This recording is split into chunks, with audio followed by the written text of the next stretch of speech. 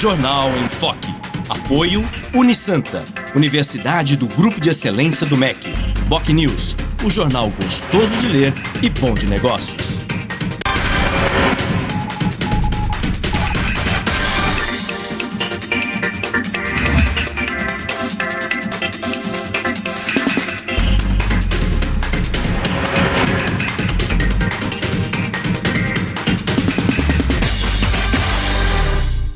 Olá, bom dia. Começa agora pela Santa Cecília TV, ao vivo, uma nova edição do Jornal em Foque.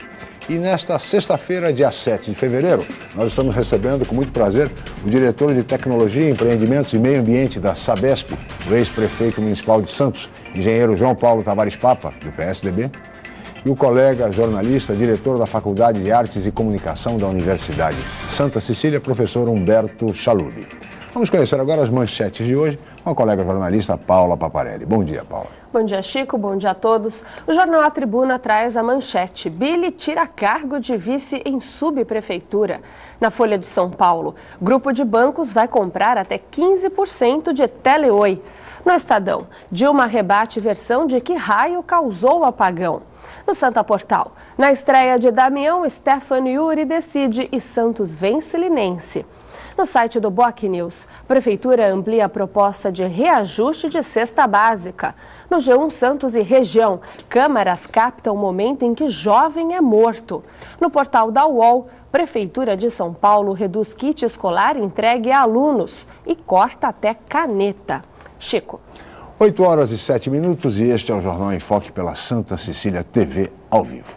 Muito bem, e no programa de hoje nós vamos falar sobre uma questão fundamental nos dias de hoje, que é a questão da água, os riscos de racionamento na região metropolitana da Baixada Santista em face da longa estiagem e das temperaturas altíssimas deste verão senegalesco, um verão maior dos últimos 80 anos no estado de São Paulo. Exatamente por isso é importante que as pessoas colaborem evitando o desperdício de água, que é um bem finito e é o bem mais precioso que todos nós possuímos. Portanto, evitar o desperdício e, para tanto, a Sabesp está desenvolvendo uma campanha de esclarecimentos no sentido de oferecer dicas para a população de modo a economizar, a preservar este bem, que, como já disse, é o bem mais precioso que o ser humano pode dispor. Mas tudo isso vocês acompanham daqui a pouco, assim que a Paula Paparelli informar a respeito da previsão do tempo e também do movimento de balsas e estradas para hoje. Vem mais calor por aí, Paula? O calor continua, viu, Chico? Segundo o Clima Tempo, a sexta-feira é de sol forte e poucas nuvens. Podem ocorrer pancadas de chuva só no sábado à tarde. A temperatura para o fim de semana varia entre 24 e 34 graus em Santos. E as ondas podem chegar a 1 metro nas praias da região. Vamos agora às informações das estradas. Trânsito na subida da serra pela rodovia Anchieta, na altura de São Bernardo do Campo, entre os quilômetros 20 e 18. Lentidão também no trecho de Planalto, entre os quilômetros 13 e 10. Está em vigor a Operação 5x5. As pistas norte seguem sentido São Paulo e as pistas sul sentido litoral. As rodovias Padre Manuel da Nóbrega e Cônego Domênico Rangoni têm trânsito normal até o momento. E as balsas, a travessia entre Santos e Guarujá opera com 7 embarcações, o tempo de espera é de 9 minutos em ambos os lados. Guarujá e Bertioga opera com uma embarcação com 20 minutos de espera. Participe do Jornal em Foque. Envie sua pergunta pelo Facebook, Twitter ou por e-mail je@enfoquecom.com.br. A reapresentação do programa vai ao ar hoje às 5 horas da tarde ou acesse youtube.com/enfoquejornal. Chico. Muito bem. Nós vamos agora para um rápido intervalo comercial e voltaremos em seguida para entrevistar o diretor de Tecnologia, Meio Ambiente e Empreendimentos da Sabesp, o engenheiro João Paulo Tavares Papa. Voltamos já.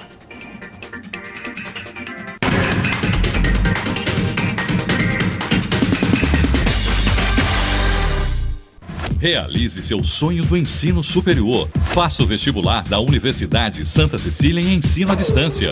Cursos de pedagogia, gestão ambiental, gestão de recursos humanos, gestão financeira, logística, marketing, processos gerenciais e segurança pública. Vestibular Universidade Santa Cecília em ensino à distância. A menor distância entre você e o mercado de trabalho. Informações 32027101. Inscreva-se já. www.unisanta.br. Você procura informação com credibilidade?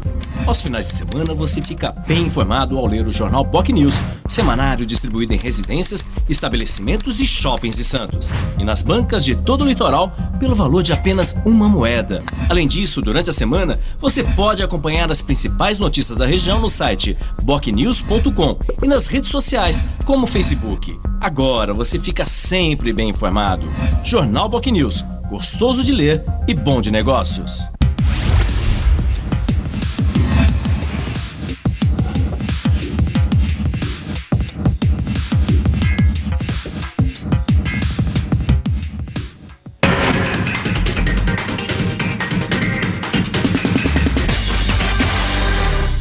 Muito bem, estamos de volta com o Jornal em Foque desta sexta-feira, dia 7 de fevereiro, e hoje recebendo com muito prazer o diretor de Tecnologia, Meio Ambiente e Empreendimentos da Sabesp, o ex-prefeito de Santos, engenheiro João Paulo Tavares Papa, do PSDB, e o colega jornalista, diretor da Faculdade de Artes e Comunicação da Universidade de Santa Cecília, professor Humberto Chaluri. Agora temos uma nota, um registro, não é isso, Paula? É isso mesmo, Chico. A Prefeitura de Santos está com inscrições abertas para o programa Guardião Cidadão. Ao todo serão 100 vagas. 90 para homens e 10 para mulheres com idade entre 18 e 19 anos. As inscrições acontecem até o dia 14 de fevereiro e podem ser feitas na Secretaria Municipal de Segurança, localizada ali na Praça Iguatemi Martins, sem número, no primeiro andar, no Mercado Municipal de Santos. Informações no local. Chico. Muito bem. Doutor Papa, muito bom dia, muito obrigado pela sua presença aqui no Jornal em Foque mais uma vez. E o tema hoje, evidentemente, é a questão da água, essa longa estiagem que estamos sofrendo no estado de São Paulo, a ausência de chuvas, um verão fortíssimo, maior dos últimos 80 anos. E fala-se muito hoje, em todo o estado de São Paulo, em racionamento de água, em rodízio, ainda aqui na nossa região metropolitana da Baixada Santista. Não fomos afetados ainda por essas medidas em limite. Mas estamos muito próximos disso, doutor Papa. Bom dia, obrigado pela presença. Bom dia, Chico, bom dia, Humberto, bom dia, Paula, equipe aqui do programa Enfoque.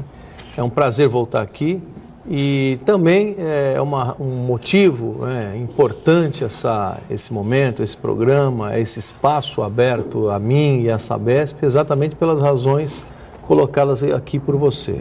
De fato, a região sudeste como um todo, em particular o estado de São Paulo, vivem uma crise de abastecimento. Uma crise, nesse momento, ainda não de abastecimento, mas uma crise de recursos hídricos, né?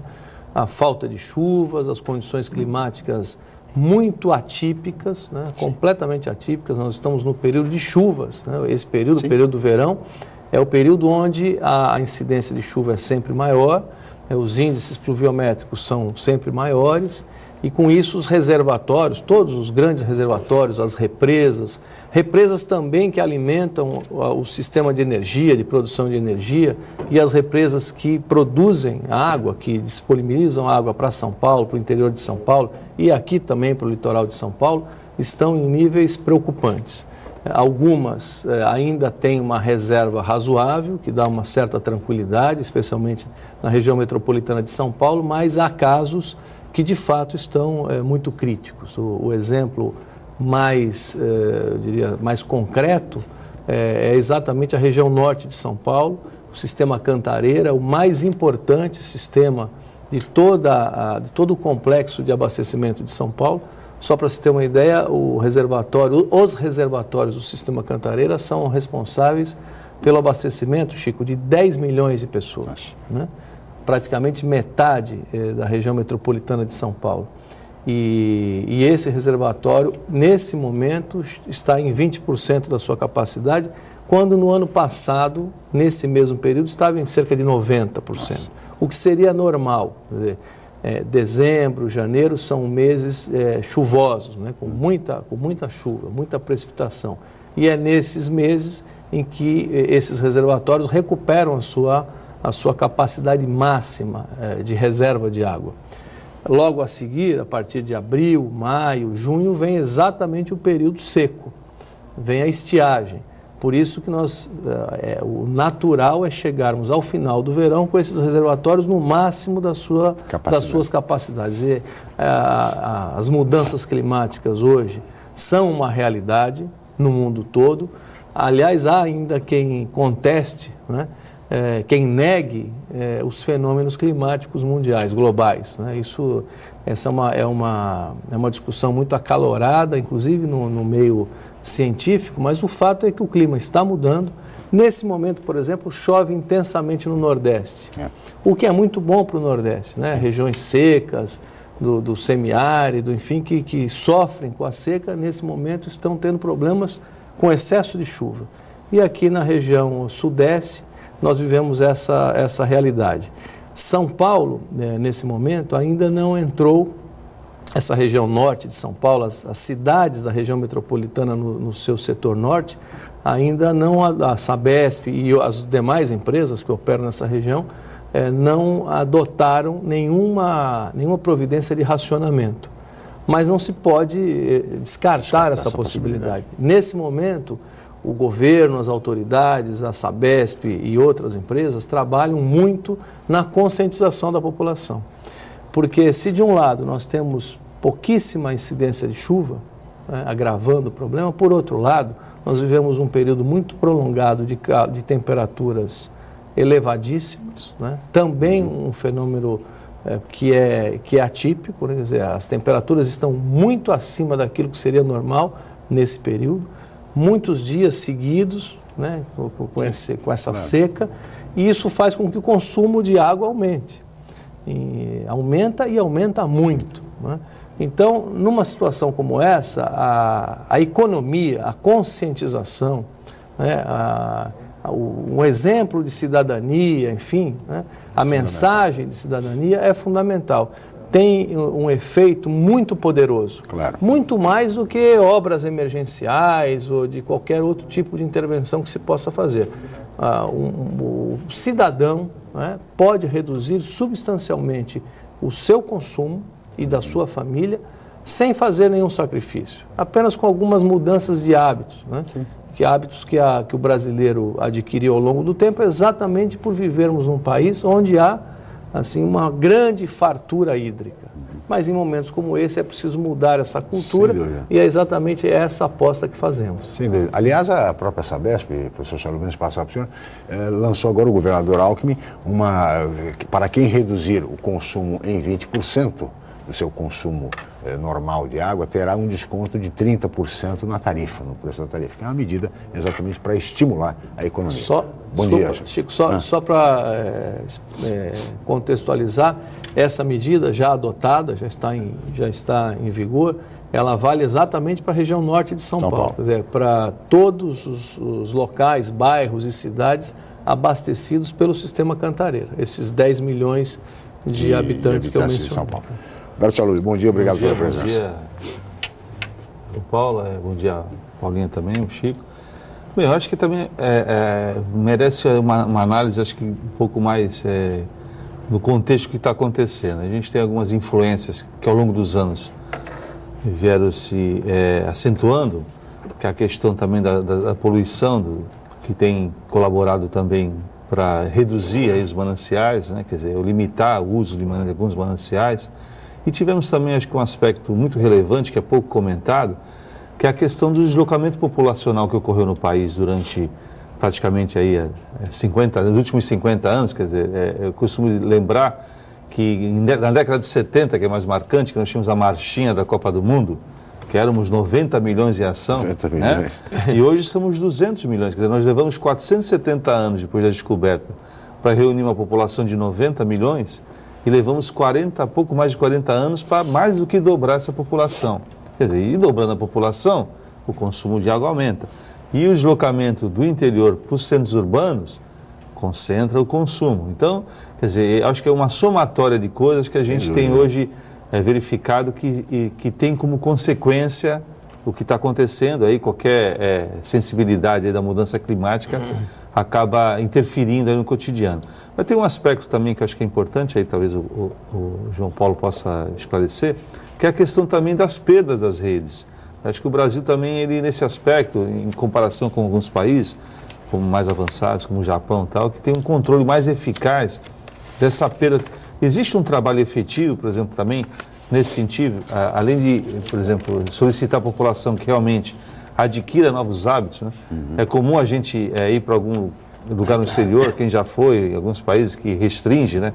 Até esse espanto, né, que o brasileiro gosta de tomar o banho, toma mais de um banho por dia, e em alguns lugares não tem essa fartura que falou o João Paulo, além de pedir também para a população colaborar, existe algum trabalho efetivo nesse sentido? Bom, muito bem colocado, Humberto. De fato, as perdas de água no mundo inteiro, na área de saneamento, representam para as empresas de saneamento um grande desafio, né? Primeiro, é importante contextualizar isso, ou conceituar o que é perda, porque há um pouco de confusão a respeito desse tema. As perdas são a soma das perdas financeiras, as perdas de faturamento, ou seja, fraudes, desvios de água, gatos, enfim, onde a água não está perdida no terreno, ela está sendo consumida e não está sendo paga, né? Esse é um componente do índice geral de perdas. E há um segundo componente, que esse sim precisa ser atacado tecnicamente, com obras, com serviços, o que a Sabesp faz, e aliás faz muito bem, que é a perda física, a perda na rede, né? A somatória desses dois números, você tem uma perda total. A perda total hoje na Sabesp é de 25%. 15% é perdido fisicamente, nas redes, no sistema como um todo, e 10% representam as fraudes, os desvios de água, os gatos e tudo isso. Pois bem, como se situa esse índice de perdas da Sabesp em relação ao índice geral do Brasil? O Brasil hoje perde 38%. A média brasileira é muito alta, é uma das médias mais altas do mundo, né? Se situa em torno de 38%. E países como o Japão, né? Como a Dinamarca, Alemanha. como a Alemanha, tem índices por volta de 10%. Exatamente. Né? O índice da Sabesp hoje vem caindo. A Sabesp tem um programa corporativo, um programa estruturado de perdas. Esse programa tem um orçamento que supera a casa dos 5 bilhões de reais em obras de setorização, troca de redes antigas, enfim, toda uma série de intervenções e investimentos, renovando a rede, enfim, tornando o sistema mais eficiente. A nossa perda hoje física, de 15%, é uma perda que vem caindo, como eu disse, desde 2007, as perdas da Sabesp vêm caindo significativamente e continuamente. É um índice que se pode comparar, por exemplo, com países desenvolvidos, como a Polônia, como os Estados Unidos, né? Nós temos uma perda que é menor do que a Itália, menor do que o Chile, né? Menor do que a França. Enfim, resumindo, as perdas no Brasil são muito altas. As perdas da Sabesp estão em torno de 15%, vêm caindo e já começam a se situar entre os melhores casos do Brasil. Mas ainda assim é muito, né? Quer dizer, a nossa meta é chegar até o final da década, até 2020, com a perda total em torno de 17%, 18%. Se descontarmos aí os 10% perdidos, né, nós estamos falando em perder 8%. Aí sim estaremos muito próximos, Chico, dos países mais desenvolvidos, como por exemplo o Japão. Aliás, toda a metodologia aplicada na Sabesp para combate às perdas vem do Japão. O nosso programa, inclusive, é financiado pelo governo japonês, pela JICA, que também financiou a primeira etapa do programa Onda Limpa aqui na Baixada Santista. 160 profissionais da Sabesp já estiveram fazendo estágio, cursos, enfim, treinamento no Japão, porque o Japão, em função de uma série de razões, e principalmente em função dos terremotos, é um país que desenvolveu tecnologia, materiais e toda uma engenharia, né, voltada para evitar que essa rede subterrânea, todas as redes subterrâneas, tenham danos em função dos tremores de terra. Então, com isso, em função dessa dificuldade, o país gerou uma tecnologia de ponta, né, e que está sendo hoje espalhada por todo o mundo, né. É a melhor referência em termos de redução e combate às perdas. Agora, há um aspecto que esse sim é muito relacionado ao Brasil, né, porque quando fazemos palestras, reuniões a respeito de perdas, e quando começamos a discutir as perdas que são de faturamento, ou seja, as fraudes, né, muitos países sequer entendem o que significa isso. né? É praticamente nula a perda de faturamento em fraudes em países desenvolvidos, como a Dinamarca, como a Holanda, como a Alemanha. Não acontece isso. Então, esse componente é tipicamente de países em desenvolvimento, como o caso do Brasil, como o caso da Índia, né, a África do Sul, onde também as perdas de faturamento são muito altas. Aqui na Baixada Santista, nós temos municípios que chegam a ter praticamente 1/3 da população vivendo em condições ainda não adequadas de infraestrutura, onde a rede é informal, né? Ou seja, a Sabesp não pode fazer as ligações de água porque tem limitações e impedimentos legais para fazer, mas ninguém vive sem água. Então, essa família, essa comunidade acaba arrumando um jeito, né, dando o seu jeito e fazendo a água chegar até a sua casa. Essa é uma perda de faturamento. A Sabesp tem algum estudo assim no sentido de identificar, por exemplo, o comportamento da população em relação ao desperdício? Quer dizer, onde é que desperdiça mais? É no banho? É na cozinha? É na lavagem do carro? Aquela pessoa que pega a mangueira e fica lavando a calçada? Existe algum estudo nesse sentido aí que identifica onde é que o desperdício acontece com mais intensidade? Em primeiro lugar, aonde não se paga a conta, né? Ou seja, nas comunidades informais, nas favelas, onde não há rede formal, o consumo é muito alto. Há casos em que as pessoas sequer colocam torneira no tanque, né? Porque, evidente, se você não tem a conta, não paga a conta, não sabe quanto está utilizando e há fartura de água desse produto, claro, você pode deixar o seu tanque, o tanque de lavagem de roupa, por exemplo, virando o tempo inteiro, ou seja, com a água correndo o tempo todo.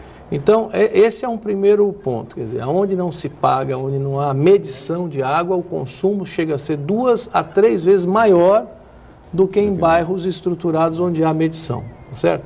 Porque com a medição, essa família sabe quanto gasta, consegue controlar e paga, paga pelo serviço. Então, há um controle natural.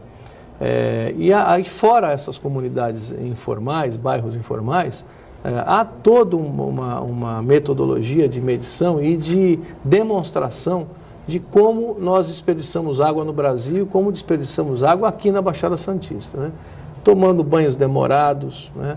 Nos prédios de apartamento onde a pressão interna é muito alta, o consumo chega a ser, num banho com o mesmo tempo de duração, chega a ser 2 vezes maior do que o consumo numa casa, onde a coluna d'água é menor, ou seja, a pressão é menor. Aqui no nosso país, as pessoas jogam água fora ao escovar o dente, ao tomar banhos prolongados, lavando quintais, lavando calçadas com a mangueira, fazendo do jato d'água o instrumento de varrição da rua, lavando o carro com a mangueira aberta o tempo inteiro. Quer dizer, como eu disse no início do programa, sem sacrifício, né, qualquer família pode reduzir o seu consumo de água mais ou menos? Em cerca de 50% apenas com mudanças de hábitos. 50%? Apenas com mudança de hábitos. Então, veja, eu até trouxe aqui uma tabela que a Sabesp tem usado para alertar as pessoas o que elas podem fazer. Uma torneira gotejando, desperdício de 40 litros por dia. Uma torneira com filete correndo, o que é muito comum, 130 litros de água desperdiçados por dia. Um banho de 5 minutos fechando o registro ao ensaboar, que é uma coisa que a gente quase nunca faz, né? As pessoas se ensaboam com a água ligada. Economia em cada banho de 90 litros por dia. Se você considerar que cada pessoa gasta, em média, no Brasil, 200 litros por dia, veja que o consumo brasileiro já é exagerado por si. Já no banho já poderia economizar 50% do que ela precisa por dia. Um banho de 5 minutos, fechando o registro para ensaboar num apartamento, onde o consumo é sempre maior, uma economia de 162 litros. Né? Enfim, por aí vai. Ligar a máquina de lavar roupas, né? Quer dizer, você, cada vez que liga, gasta 135 litros. Então, se as pessoas juntarem roupa para fazer a lavagem, quando há uma quantidade suficiente para fazer aquele serviço, a economia é de 135 litros, enfim, por aí vai. Lavar o carro com balde, ao invés de lavar com a mangueira, uma economia de 176 litros. Lavar a calçada com a mangueira durante 15 minutos, se desperdiça 300 litros de água. E por aí afora. Mas isso é em função da fartura hídrica que o país sempre teve. Então, aí que está, Chico. A ONU essa é uma campanha que tem que ser muito firme, insistente, para mudar hábitos. A Organização das Nações Unidas recomenda um consumo diário por habitante de 110 litros. Com 110 litros por pessoa por dia, um cidadão tem todas as condições de conforto, de higiene, enfim, e de saúde. O consumo no Brasil supera a casa de 200 litros por pessoa. Em alguns casos, como aconteceu aqui no final do ano, chega a 300, 350 litros. Ainda mais no calor, onde as pessoas também utilizam a água para se refrescar em função do excesso de calor. Então, de um modo geral, Chico, a cultura do uso da água no Brasil é uma cultura de fartura. Crises como essa, que é uma crise, não é uma crise de investimento, é uma crise hídrica, climática. Momentos como esses são sempre muito penosos, dolorosos, mas, por outro lado, também uma oportunidade de uma reflexão a respeito disso.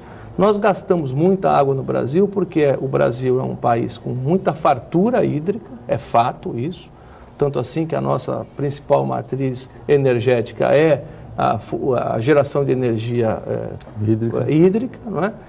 Temos fartura e custo muito baixo. O custo da água no Brasil, comparando com outros países, ainda é muito baixo. Então, com esses dois fatores juntos, acabam alimentando, fora de crise, hábitos, vamos dizer assim, que geram essa fartura, né, doutor Papa, também gera o desperdício. As pessoas se acostumam e acham até que não estão desperdiçando, mas na verdade estão. Nós temos que viver a cultura da faltura agora. Da faltura. Nós vamos agora para um rápido intervalo, voltaremos em seguida com o Jornal em Foque.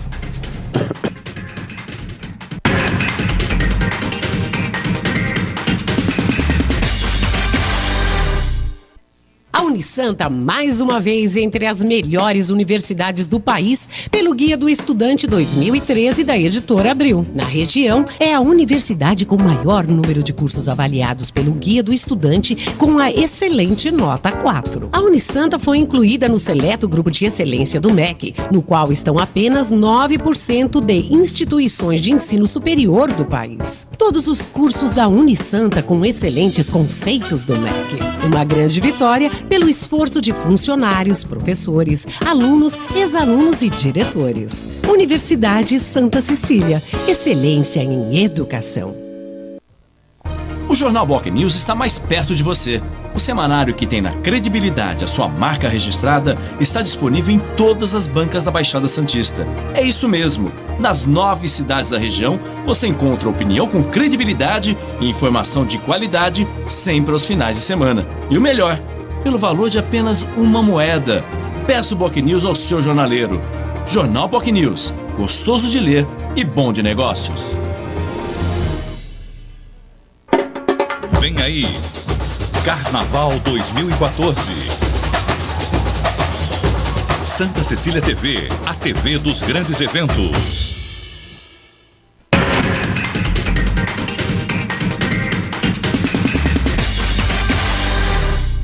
Muito bem, estamos de volta com o Jornal em Foque desta sexta-feira, dia 7 de fevereiro, e hoje recebendo com muito prazer o diretor de Tecnologia, Meio Ambiente e Empreendimentos da Sabesp, o engenheiro João Paulo Tavares Papa, e o colega, jornalista, diretor da Faculdade de Artes e Comunicação da Universidade de Santa Cecília, Humberto Chalui. Doutor Papa, nesse bloco eu queria falar um pouco a respeito da região metropolitana da Baixada Santista especificamente. Eu lhe perguntaria o seguinte, em que tipo de obras ainda podem ser feitas na região? Que tipo de investimento pode ser feito no sentido de tentar minorar uma situação como essa? Baixada Santista, Chico, ela tem um plano diretor de abastecimento de água e que vem sendo atualizado, sistematicamente, prevendo exatamente o crescimento, o comportamento demográfico da nossa região. Olhando para o futuro, olhando para os próximos 20, 30 anos, quais serão as cidades que terão maior aumento populacional, e isso está medido, né?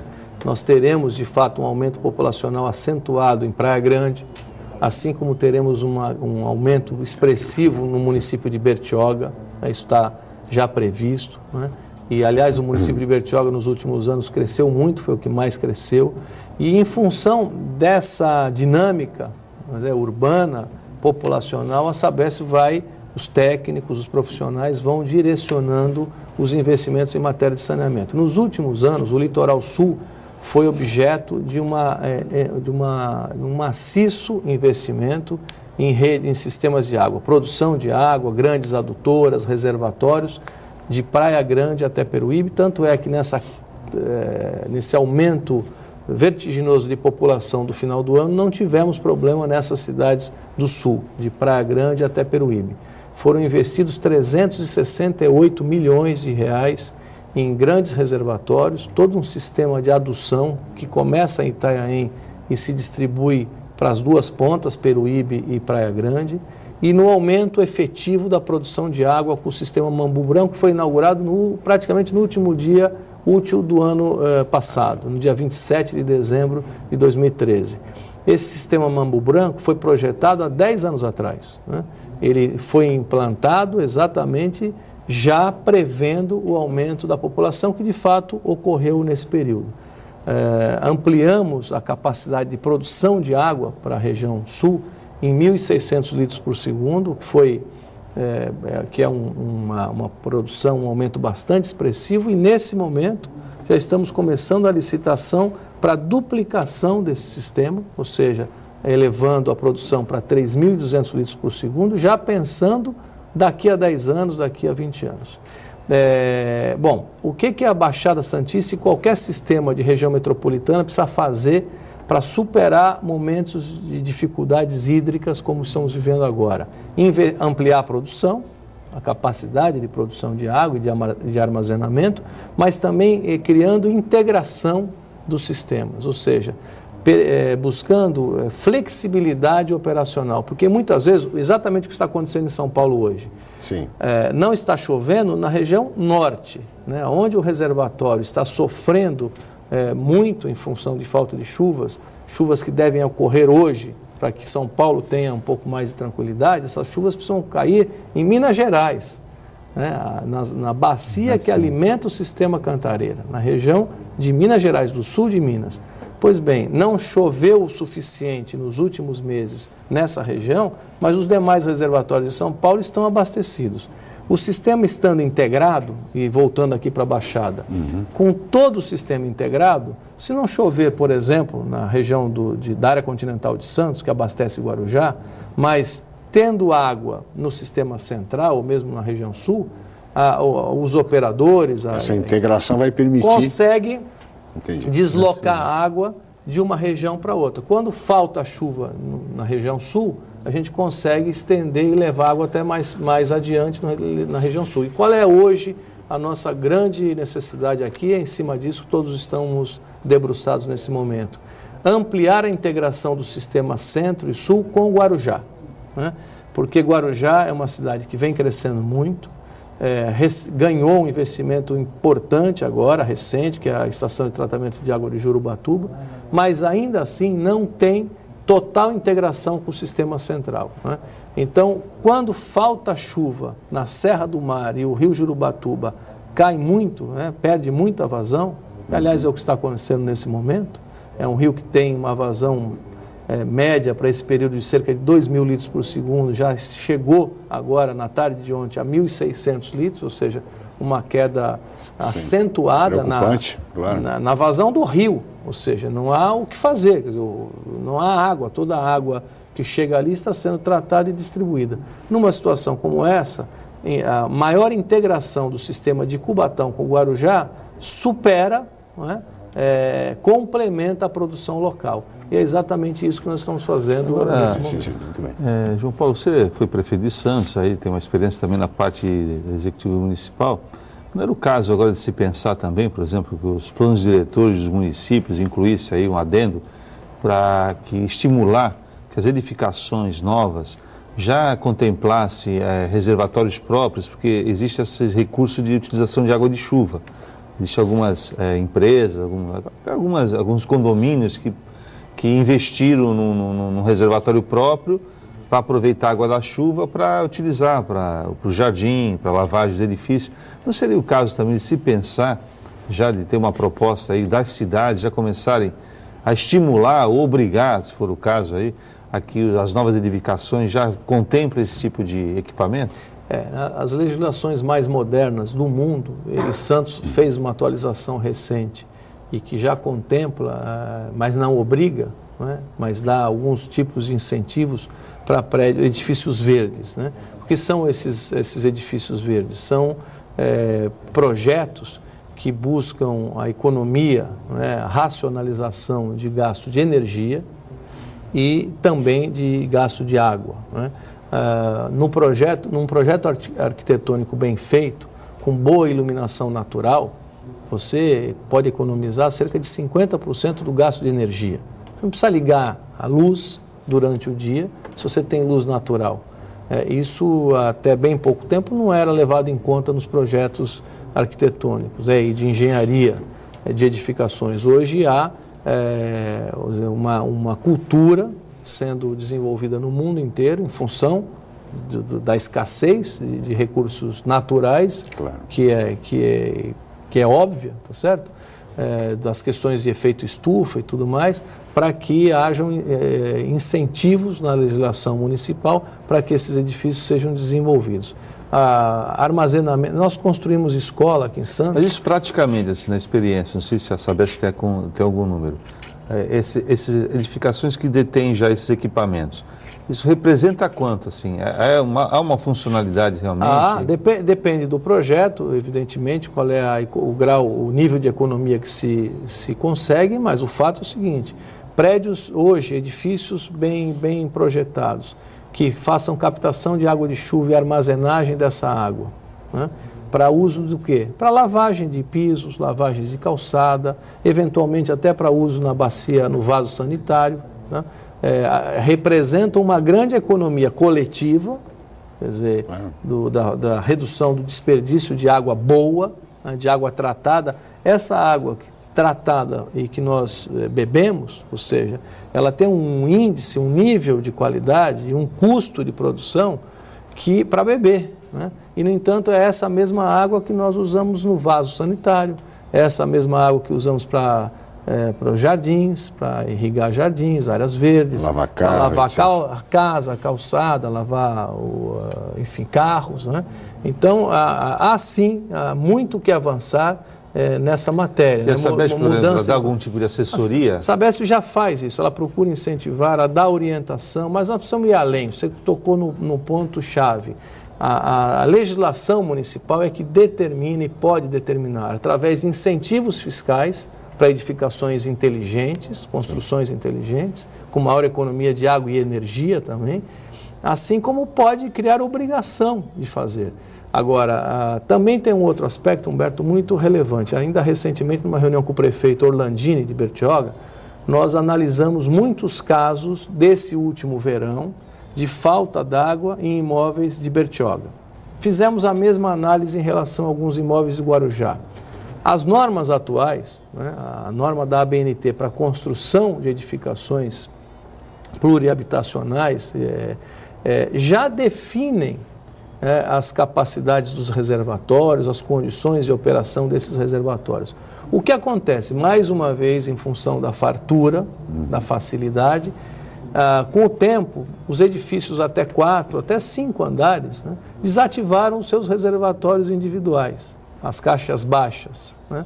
Por quê? Porque com a oferta de água em quantidade suficiente, o tempo inteiro e com uma pressão, que é o caso assim, da maior parte do tempo aqui na Baixada Santista, suficiente para levar essa água da rede até a caixa superior, até o reservatório superior, muitos desses reservatórios obrigatórios na lei foram desativados, as bombas desativadas, porque aí não se gasta mais com manutenção, não se faz limpeza dessa caixa. Quando chega no momento de pico de consumo, né, o edifício lotado, os imóveis lotados, imóveis para 4, 5 pessoas, às vezes com 10, 20 pessoas, quer dizer, um aumento muito significativo do consumo de água. E sem as estruturas internas projetadas, há falta d'água no edifício. A água chega na rede, né, está chegando no imóvel, mas não com pressão suficiente para chegar até a caixa mais alta. E aí vira uma crise, né? Falta d'água e gera todo o aborrecimento que nós vivemos no final do ano. O que as prefeituras podem e devem fazer, além de exigir no projeto, e isso é feito, né, é fiscalizar depois, né, a adequada utilização desses imóveis. O prefeito Orlandini de Bertioga tem sido um grande parceiro da Sabesp nesse sentido, constituiu uma comissão de técnicos da prefeitura, junto com técnicos da Sabesp. Nós estamos vistoriando esses imóveis e recomendando as adequações necessárias, exatamente para enfrentar momentos, né, que são muito comuns aqui na Baixada Santista, de alto consumo. Não é apenas o alto consumo da cidade que preocupa, é o alto consumo também do imóvel, né? E aí, quando junta os dois fatores, a crise é certa. Certo. Doutor Papa, peço a sua licença, nós vamos para mais um rápido intervalo e no próximo bloco vamos falar sobre prioridades da Baixada Santista e também sobre as eleições gerais de outubro. Voltamos já.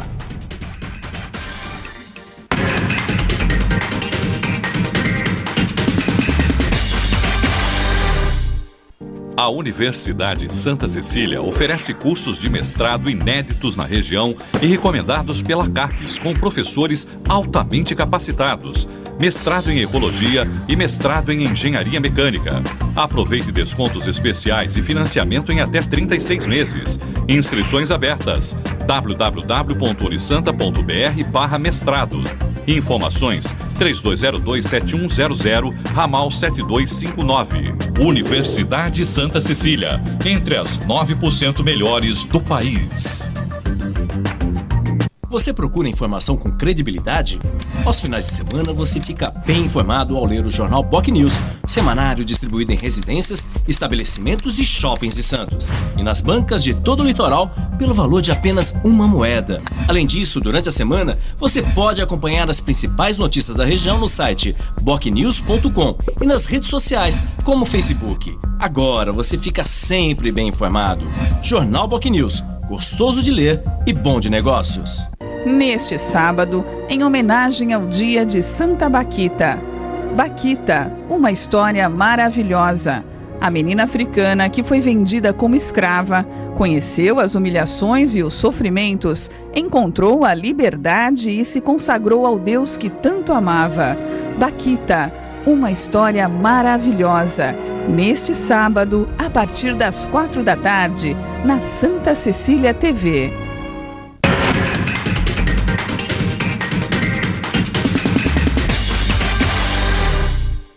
Muito bem, estamos de volta com o Jornal em Foque desta sexta-feira, 7 de fevereiro, e hoje recebendo com muito prazer o diretor de Tecnologia, Meio Ambiente e Empreendimentos da Sabesp, engenheiro João Paulo Tavares Papa, ex-prefeito de Santos, do PSDB, e o colega jornalista e também professor e diretor da Faculdade de Artes e Comunicação da Universidade de Santa Cecília, Humberto Chalub.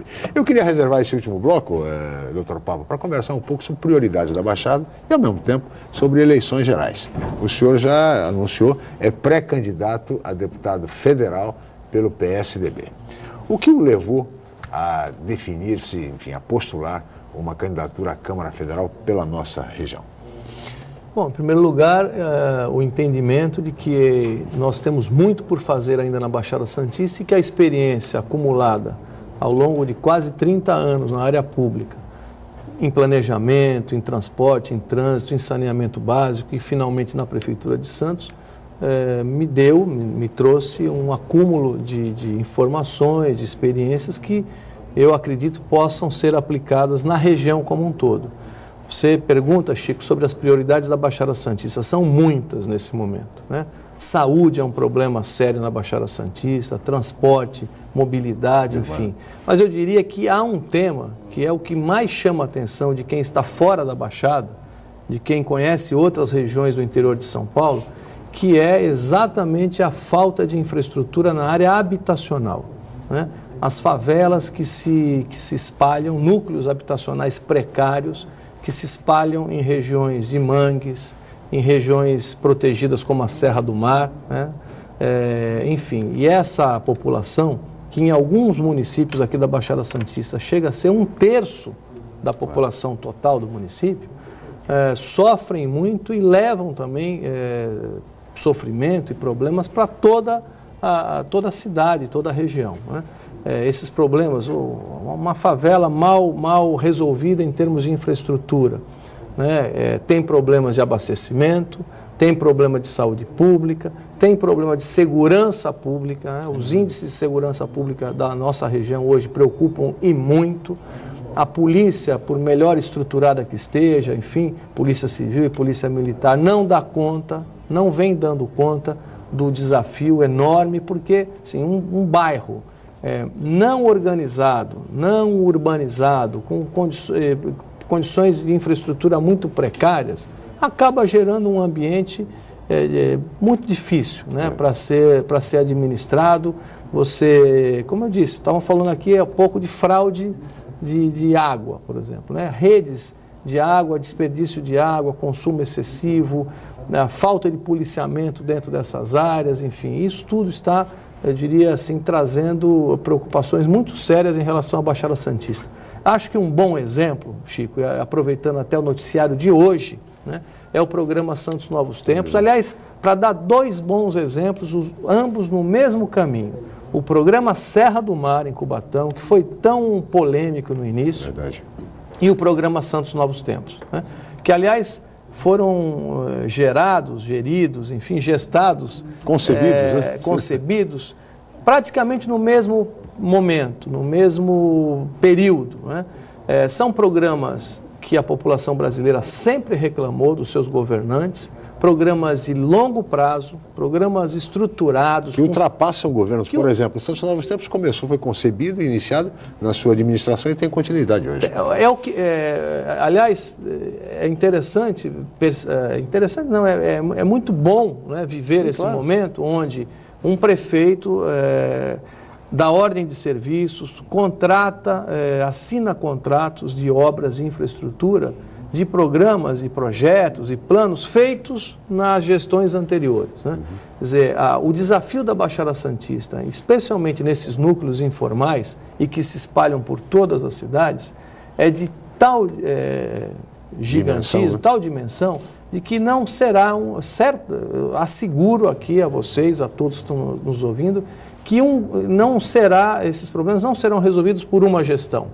É preciso pensar num horizonte de 10, de 20 anos, como fez o programa Santos Novos Tempos, eu me recordo, e como fez também o programa Serra do Mar. São milhares de pessoas que saíram da Serra, naquelas condições precárias, inseguras dos bairros cota, que hoje estão vivendo em conjuntos habitacionais, em apartamentos, em imóveis estruturados, organizados, com queda de criminalidade, com melhores condições, inclusive, para que essa população consiga estudar, consiga também, né, ter saúde, consiga trabalhar. Veja, Cubatão, sempre como um bom exemplo, um bom caso, um caso assim, que gera muito desafio e muito aprendizado. Cubatão é a cidade, possivelmente da região, que mais gera empregos, né? E, no entanto, aquela população dos bairros cota não tinha acesso a esses empregos.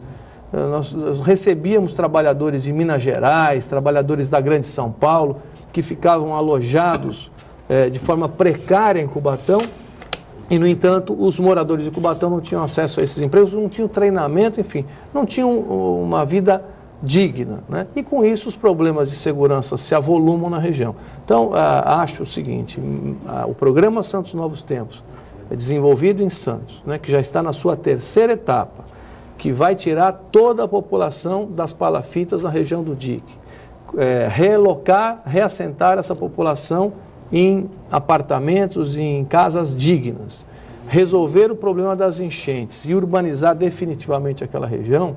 Ele é um exemplo, aliás, foi considerado pelo Banco Mundial, que foi o órgão que financiou a 1ª etapa do programa, como modelo para o Brasil e modelo para a América Latina. Eu acho que é isso que a Baixada tem que fazer. Agora, João, você construiu sua carreira política aí toda dentro do PMDB, ficou muitos anos como uma da principal liderança do PMDB na região. O que motivou você a mudar do partido e ir para o PSDB? O que te motivou essa mudança agora nesse momento? Você acha que o PMDB já não atendia mais no compactuário do perfil? Ou foi o apoio do PMDB ao PT que acabou? Porque o PMDB em São Paulo sempre foi uma antítese ao PT, e quando teve a liderança aí dos líderes históricos, aí por último Orestes Quercia, né? Eu acho que até era uma contradição, porque em São Paulo o PMDB tinha uma conduta e em nível federal tinha outra com o deputado, com o vice-presidente Michel Temer agora. O que te levou a mudar nesse momento de partido e escolher o PSDB? Eu acho que completei um ciclo no PMDB e uma história bonita no PMDB. Foram mais de 32 anos de militância no partido, onde eu pude ajudar o partido, especialmente aqui em Santos, e também no governo de São Paulo ajudei. Mas chega um momento, e foi exatamente o que aconteceu comigo, em que é preciso fazer uma opção clara a respeito do que se pensa para o futuro do país. O PMDB nacional tem estado nos últimos anos muito dividido, né? Ele tem alianças com o PSDB, ele tem alianças com o PT, enfim, hoje o PMDB é tido como uma federação. É uma frente. Né? Uma frente onde várias correntes regionais definem o rumo que devem tomar. E aqui em São Paulo não foi diferente. Há um grupo de PMDBistas que sempre esteve aliado ao PT, e há um outro bloco, um outro grupo, ao qual eu pertenci sempre, mais sintonizado com as ideias e com as práticas do PSDB. E é nesse grupo que eu sempre me situei. Daí o meu bom relacionamento com o governador Geraldo Alckmin, do meu bom relacionamento com o governador Serra, enfim, e com todas as principais lideranças aqui em São Paulo do PSDB. Quando nós ainda tínhamos na presidência do partido o ex-governador Orestes Quercia, havia uma clareza em São Paulo sobre a aliança de São Paulo com o PSDB. Tanto que o PMDB, na última eleição para o governo de São Paulo, apoiou, o PSDB apoiou a candidatura de Geraldo Alckmin, do senador Aloysio Nunes, e outro candidato seria até o senador Orestes Quercia, se não tivesse falecido. O PMDB ajudou na eleição do atual governador, Geraldo Alckmin. Fizemos campanhas aqui. Outro dia ainda um rapaz me trouxe uma camiseta, né, da campanha do Geraldo na última eleição. A camiseta era assim: sou Papa, voto em Alckmin. Enfim, nós fizemos essa campanha, fomos vitoriosos na última eleição. Acho que foi um acerto o PMDB de São Paulo apoiar o governador Geraldo Alckmin, que vem se esforçando muito, fazendo um grande trabalho no interior, na Grande São Paulo, enfrentando crises que são naturais de uma grande metrópole que é aqui São Paulo, a região metropolitana de São Paulo, com uma dignidade, com uma coragem que são muito características do temperamento do Alckmin, enfim. E num determinado momento, que foi o momento seguinte à eleição do Alckmin, o PMDB, mais uma vez, com o falecimento de Quercia, que era o nosso presidente, se divide, entra no mesmo dilema. Uma parte querendo apoiar o governo federal e outra parte querendo ficar no governo do estado e com os tucanos aqui em São Paulo. Foi em função disso, e já ao final do meu mandato, onde eu não precisava mais estar efetivamente vinculado ao partido pelo qual me elegi aqui em Santos, que eu acabei decidindo definitivamente, né, sair desse dilema. Quer dizer, sem a necessidade de ficar explicando o tempo inteiro a que PMDB eu pertenço. Vale lembrar, viu, doutor Paulo, porque o PMDB tem, na verdade, é um partido, são 27 partidos, é um em cada estado brasileiro, né? Essa é a realidade da frente que é hoje o PMDB, que está, inclusive, no governo do PT, no governo da presidente Dilma Rousseff. Doutor Papa, temos mais a conversar, mas fomos limitados pelo tempo, chegamos ao final. Muito obrigado pela sua presença. Eu que agradeço o convite. Salube, mais uma vez, muito obrigado. Paula Paparelli, a toda a equipe, especialmente a você, telespectador, pela atenção, pela audiência, pelo carinho. Tenham todos um ótimo final de semana e até segunda-feira. Jornal em Foque. Apoio Unisanta, Universidade do Grupo de Excelência do MEC. BocNews, o jornal gostoso de ler e bom de negócios.